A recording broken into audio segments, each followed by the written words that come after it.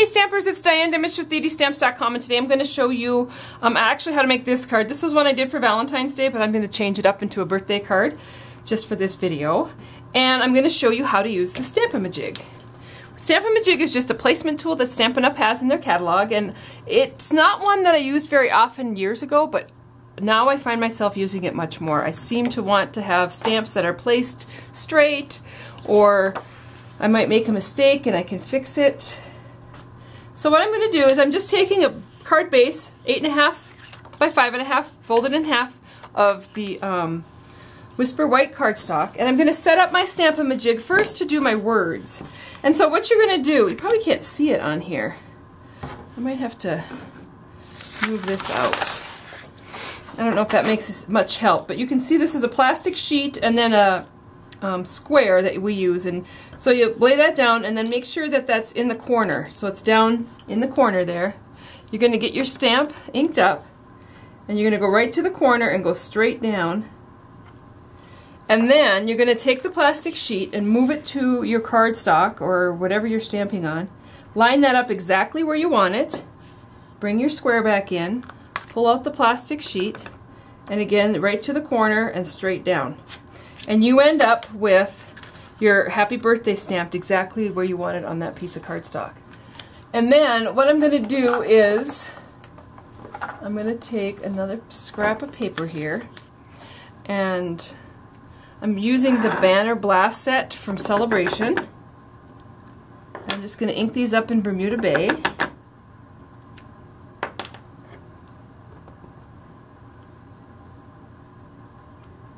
And on this last one here, I want to stamp a little tiny flower, but I want to get it right smack dab in the middle of that. So again, I'm going to come in with my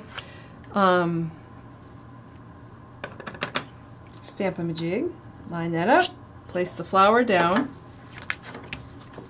and then on this piece of cardstock, now if you're having trouble, you can always add just a little bit of adhesive to keep that piece of cardstock from floating around and moving on you. I'm going to lay that down exactly where I want that flower to be. Bring in my Stamp-a-ma-jig, come back in with my flower, and go straight down. And then I've got my flower exactly where I wanted it to be. Now in this particular set, this Banner Blast set has a little punch that goes with it. This is also a Celebration item, but this little punch is going to be available in the new catalog that comes out in June. So I'm just going to punch those out. And then I'm going to quick put this card together. So if I have some dimensionals, I'm also going to show you at the end of this video another thing that you can do with that, excuse me, with Stamp-a-ma-jig. I'll place my banners on here. Banners are really big this year.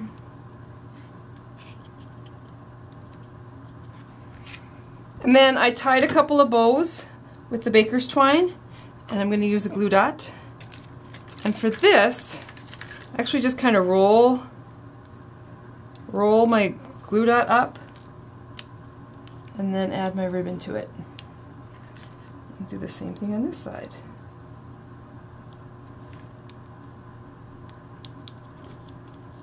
And add my ribbon to it.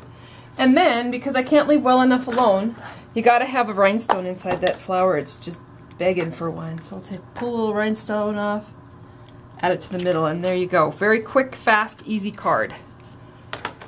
Now, the other thing I was going to show you with the Stamp-a-ma-jig is, let's say for instance I've got this You Make Me Happy stamp, and I ink it up, and I haven't realized that I didn't ink the whole thing up. So I missed that section. So what I can do is I can come in with my Stamp-a-ma-jig, set it up,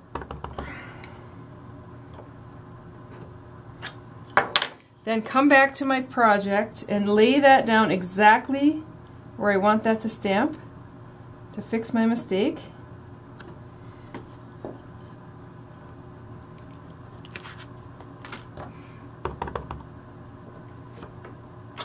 And And there you have it. You end up with a stamped image that's perfect. So that's a great little project to have, or a tool to have if you have a tendency to make mistakes, maybe not press as hard on one side of your stamp as the other, and you leave a blank area.